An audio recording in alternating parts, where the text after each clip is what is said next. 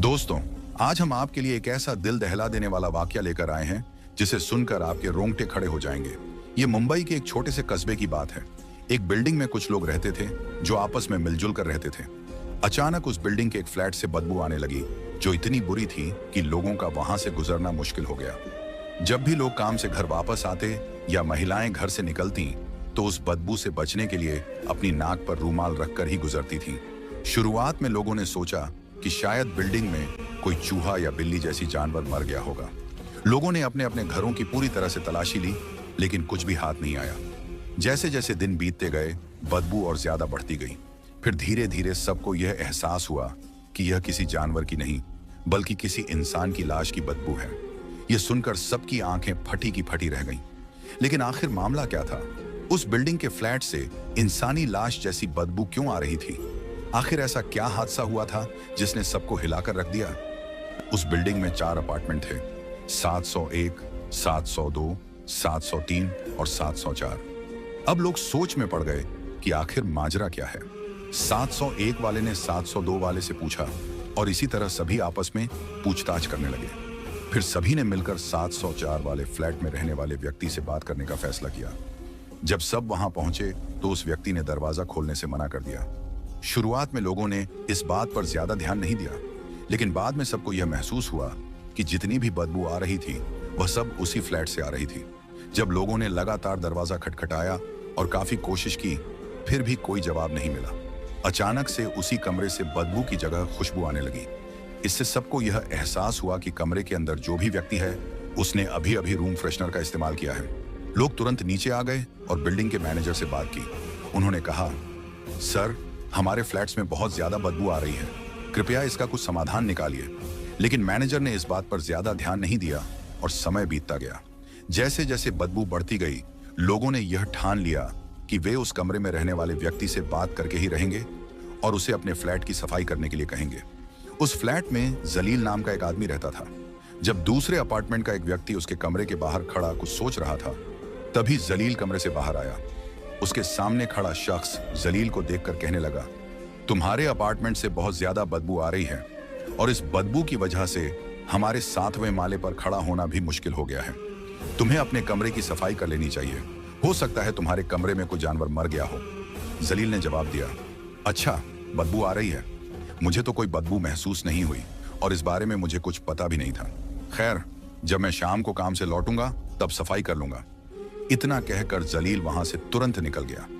वह आदमी वहीं खड़ा सोचने लगा, हम लोग बाहर खड़े होकर इतनी बदबू से परेशान हो रहे हैं और यह शख्स अपने कमरे में रहते हुए इस बदबू के साथ कैसे जी रहा है। वह आदमी जल्द ही बिल्डिंग के बाकी लोगों के पास गया और उन्हें बताया कि जलील की हरकतें उसे ठीक नहीं लग रही थीं। सब लोग मिलकर बिल्डिंग के मैनेजर के पास गए और इस मामले पर चर्चा की। तब उन्हें याद आया कि दिल्ली में कुछ दिन पहले ऐसा ही एक मामला हुआ था, जहां एक व्यक्ति ने एक लड़की की बेरहमी से हत्या कर दी थी और उसके टुकड़े करके फ्रिज में रख दिए थे। अब उन्हें शक होने लगा कि कहीं ऐसा ही कुछ 704 नंबर के कमरे में न हो रहा हो। 704 में रहने वाला जलील और उसकी पत्नी बाकी लोगों से अलग थलग रहते थे। उस बिल्डिंग के बाकी फ्लैट्स में लोग आपस में काफी मिलजुल कर रहते थे, लेकिन जलील हमेशा चुपचाप रहता था और सिर्फ अपने काम से काम रखता था। उसकी पत्नी भी किसी से ज्यादा घुलती मिलती नहीं थी, बस चुपचाप रहती थी। लोगों ने सोचा कि शायद उनके कमरे में कोई बड़ी समस्या चल रही हो।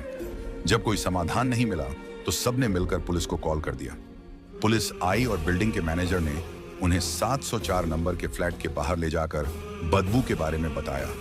पुलिस वालों ने बदबू को महसूस करते ही अंदाजा लगा लिया कि कुछ तो गड़बड़ है, क्योंकि ऐसे मामले उन्होंने पहले भी देखे थे।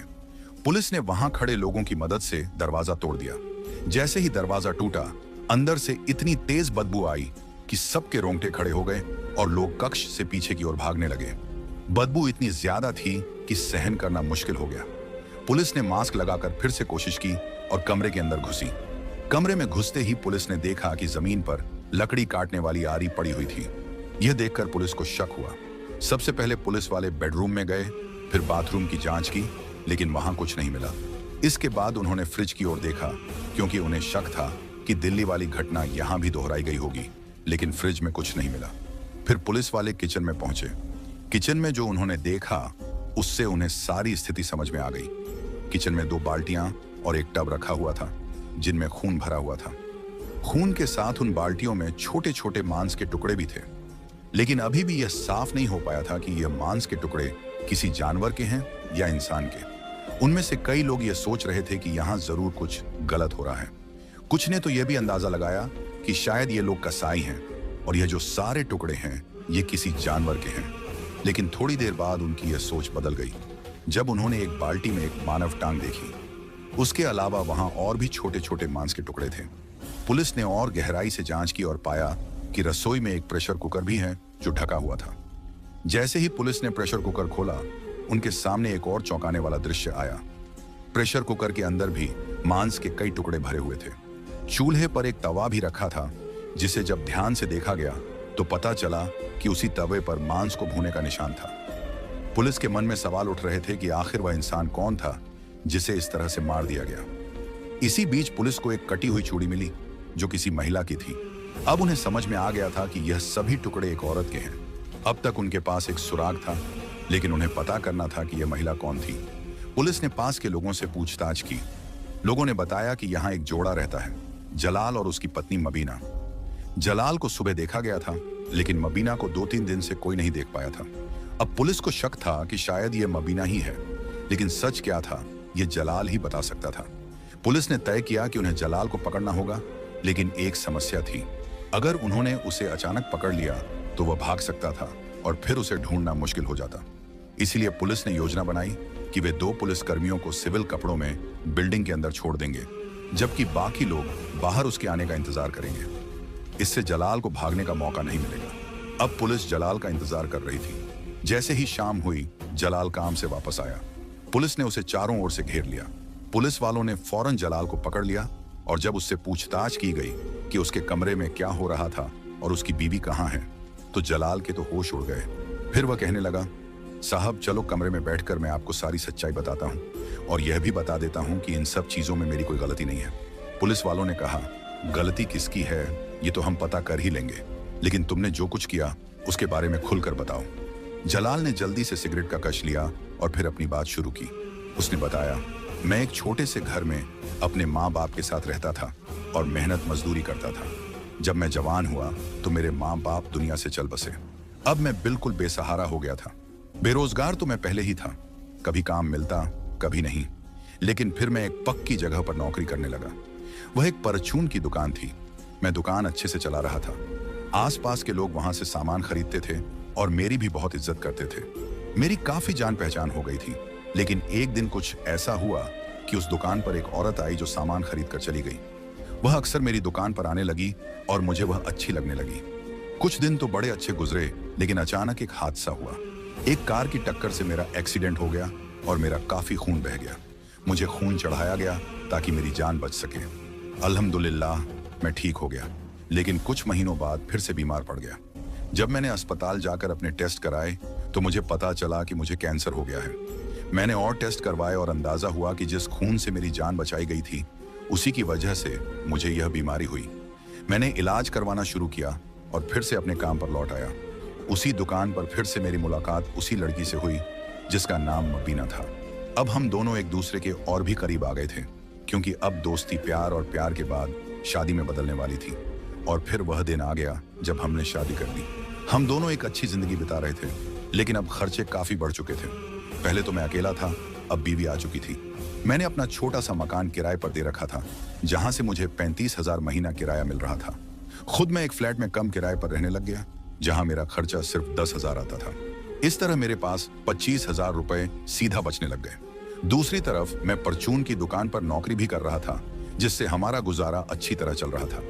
मेरी बीवी शादी से पहले अपने चाचा के साथ रहती थी, क्योंकि उसके माता पिता के बीच लड़ाई झगड़े चल रहे थे। उसकी माँ अपने 5 बेटियों को लेकर अलग घर में अपने चाचा के साथ रहने लग गई थी, क्योंकि चाचा बहुत अच्छे इंसान थे। फिर एक दिन ऐसा आया जब उसके चाचा की मौत हो गई। इस दुख को वह सहन ही कर रही थी कि कुछ महीनों बाद उसकी माँ भी चल बसी। अब ये 5 बहनें मिलकर मेहनत मजदूरी करके अपना गुजारा करने लगी।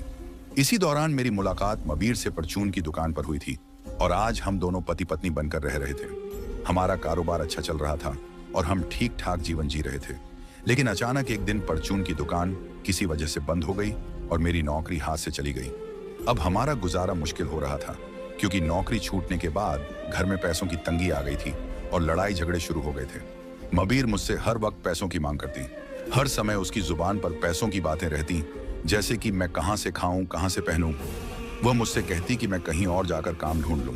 कुछ समय ऐसे ही बीता और मैंने एक फैक्ट्री में काम करना शुरू कर दिया। उस फैक्ट्री में बहुत सारी औरतें भी काम करती थीं। मेरी बीवी को शक की बीमारी ने घेर लिया। जब मैं शाम को थका हारा घर लौटता तो वह मुझ पर शक करती और तरह तरह की बातें सुनाती।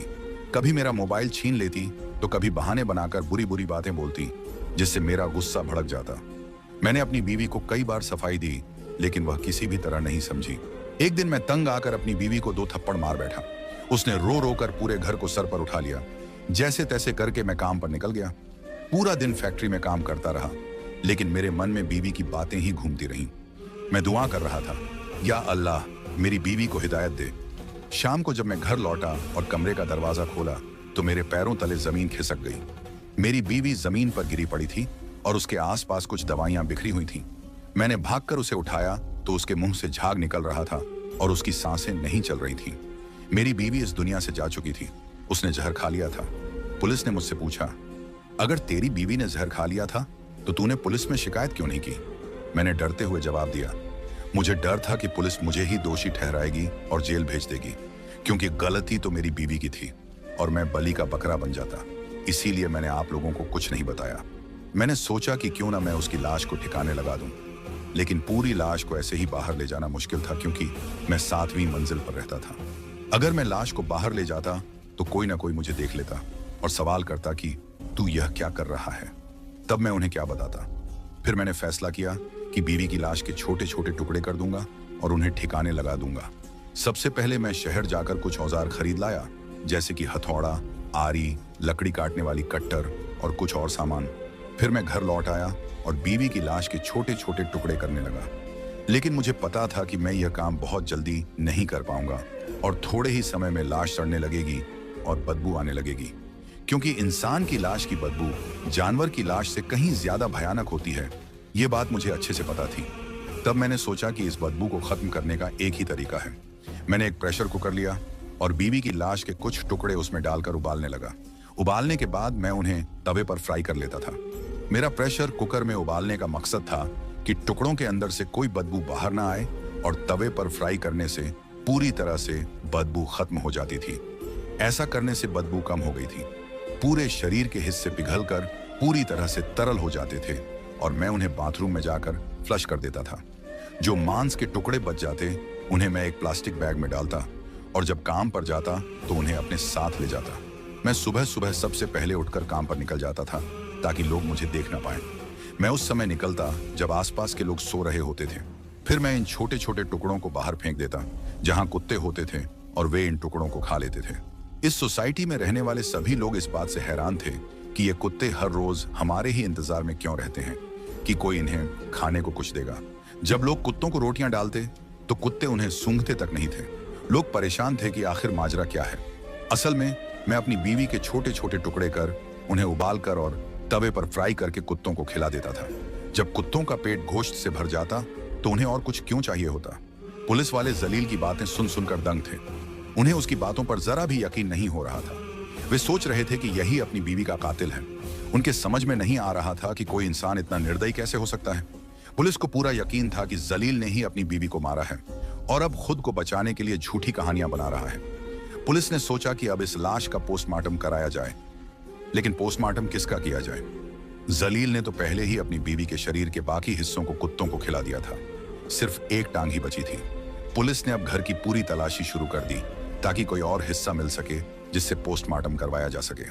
पुलिस जलील से लगातार पूछताछ कर रही थी और उसकी काफी पिटाई भी हो चुकी थी, लेकिन जलील अब भी अपनी गलती मानने के लिए तैयार नहीं था। जलील ने पुलिस के हर सवाल का जवाब बड़ी चालाकी से दिया, लेकिन पुलिस को यकीन हो गया था कि उसने अपनी बीवी का कत्ल किया है। पूरे मोहल्ले में यह खबर आग की तरह फैल गई थी कि जलील ने अपनी बीवी के साथ कुछ ऐसा किया है जिसकी कल्पना कोई नहीं कर सकता था। ठीक उसी समय पुलिस को एक गवाह मिला जो जलील की बीवी के बारे में जानता था। यह गवाह जलील के पड़ोस में रहने वाली एक औरत नाजिया थी। नाजिया ने पुलिस को बताया, जलील अक्सर अपनी बीवी को पीटता था। मैंने कई बार उसे रोते हुए सुना है। और एक बार उसकी बीवी ने मुझसे कहा था कि वह अब और यह सब बर्दाश्त नहीं कर सकती। उसने यह भी बताया था कि जलील के किसी और औरत के साथ नाजायज रिश्ते हैं। यह सुनकर पुलिस का शक और गहरा हो गया। उन्होंने नाजिया से पूछा, क्या तुम्हें यकीन है कि जलील का किसी और औरत के साथ रिश्ता था? नाजिया ने सिर हिलाते हुए कहा, हाँ, मैंने खुद उसे कई बार देर रात बाहर जाते देखा है और उसने मुझे धमकी दी थी कि अगर मैं किसी को कुछ बताऊंगी तो वह मुझे भी नहीं छोड़ेगा। पुलिस अब जलील पर पूरी तरह से शिकंजा कसने की तैयारी कर रही थी। उन्होंने उसकी कॉल रिकॉर्ड्स और मैसेज की जांच की। वहां उन्हें एक नंबर मिला जिससे वह अक्सर बात करता था। यह नंबर एक लड़की का था जिसका नाम शबाना था। पुलिस ने तुरंत शबाना को हिरासत में लिया। शबाना ने कबूल किया कि वह जलील के साथ रिश्ते में थी और जलील उससे शादी करना चाहता था। उसने यह भी बताया कि जलील अपनी बीवी को तलाक देना चाहता था, लेकिन उसकी बीवी राजी नहीं थी। वह बार बार कहती थी कि अगर जलील ने उसे छोड़ा तो वह खुद को मार लेगी, लेकिन मुझे नहीं पता था कि वह वाकई ऐसा करेगी, शबाना ने डरते हुए कहा। अब पुलिस ने जलील से सख्ती से पूछताछ शुरू की। पिटाई के बाद जलील ने आखिरकार सच उगल दिया। उसने कहा, हाँ, मैं शबाना से प्यार करता था, लेकिन मेरी बीवी बार बार मुझे धमकी देती थी कि वह खुदकुशी कर लेगी। उस दिन जब मैंने उसे थप्पड़ मारा तो उसने मुझसे कहा कि अब वह मेरी जिंदगी से हमेशा के लिए चली जाएगी। मैंने सोचा था कि वह मजाक कर रही है, लेकिन जब मैं शाम को घर लौटा तो उसने सच में अपनी जान ले ली थी। पुलिस अधिकारी ने पूछा, तो तूने उसकी लाश को टुकड़ों में क्यों बांटा? जलील ने कांपते हुए जवाब दिया, मुझे डर था कि अगर किसी को पता चला कि उसने खुदकुशी की है तो लोग मुझे दोषी ठहराएंगे, इसलिए मैंने उसकी लाश को ठिकाने लगाने का फैसला किया। लेकिन पुलिस को यह कहानी अधूरी लगी। उन्होंने जांच आगे बढ़ाई और जलील के घर की दीवारों और फर्श से खून के धब्बे इकट्ठा की। यह खून एक तेज धार वाले हथियार से कटने का सबूत दे रहा था। पोस्टमार्टम रिपोर्ट से पता चला कि जलील की बीवी की मौत जहर खाने से नहीं बल्कि गला काटने से हुई थी। पुलिस ने जलील से कहा, तू झूठ बोल रहा है, तेरी बीवी ने खुदकुशी नहीं की थी, तूने उसका कत्ल किया है। जलील अब पूरी तरह टूट गया और उसने कबूल कर लिया। उसने कहा, हाँ, मैंने उसे मारा। वह बार बार मुझे ताने देती थी, मुझे नीचा दिखाती थी, और जब उसने शबाना के बारे में जान लिया तो उसने मुझे घर से निकालने की धमकी दी। गुस्से में आकर मैंने उसका गला काट दिया। जलील को गिरफ्तार कर लिया गया। अदालत में उसे अपने गुनाहों की सजा मिली। जज ने कहा, तेरा गुनाह माफ करने लायक नहीं है। तूने न सिर्फ अपनी बीवी का कत्ल किया बल्कि उसके शरीर के साथ जो किया वह इंसानियत के खिलाफ है। जलील को उम्र कैद की सजा सुनाई गई। शबाना को भी अदालत ने सह आरोपी बनाया और उसे साजिश रचने के लिए दोषी ठहराया।